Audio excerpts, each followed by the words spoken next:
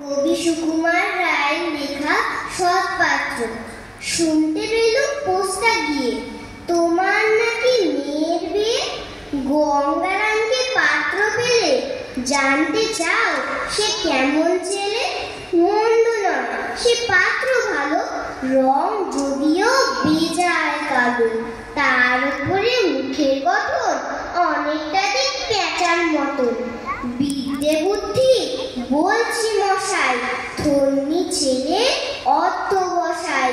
19 বার matric এসে খায় হয়ে থামলো শেষে। বিষয় আশয় গরিব বেজায়, কষ্টে শিষ্টে দিন চলে যায়। মানুষ তো না ভাইগুলো তার, একটা পাগল একটা গোয়া। আরেকটি সে তৈরি ছেলে, জাল করে না গেছেন জেলে।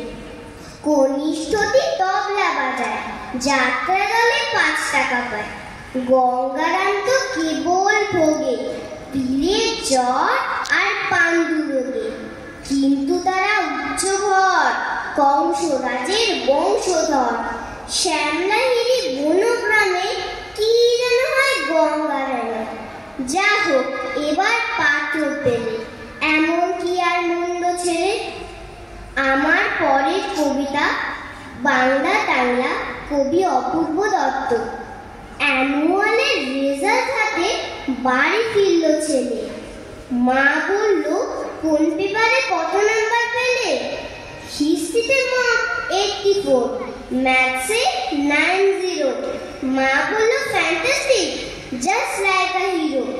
সায়েন্সে dad not so fair, only 69। ইংলিশে জাস্ট 92, অল টুগেদার ফাইন। জিওগ্রাফির পেপারে তো 100-এ 100। ডুবিয়ে দিল বেঙ্গলিটার, ভেরি পুয়ার গেট।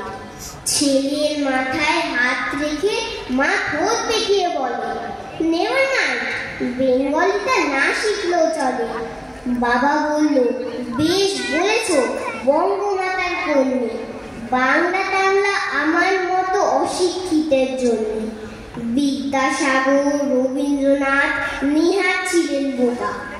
না হলে কেউ শখ করে হয় বাংলা বইয়ের পোকা।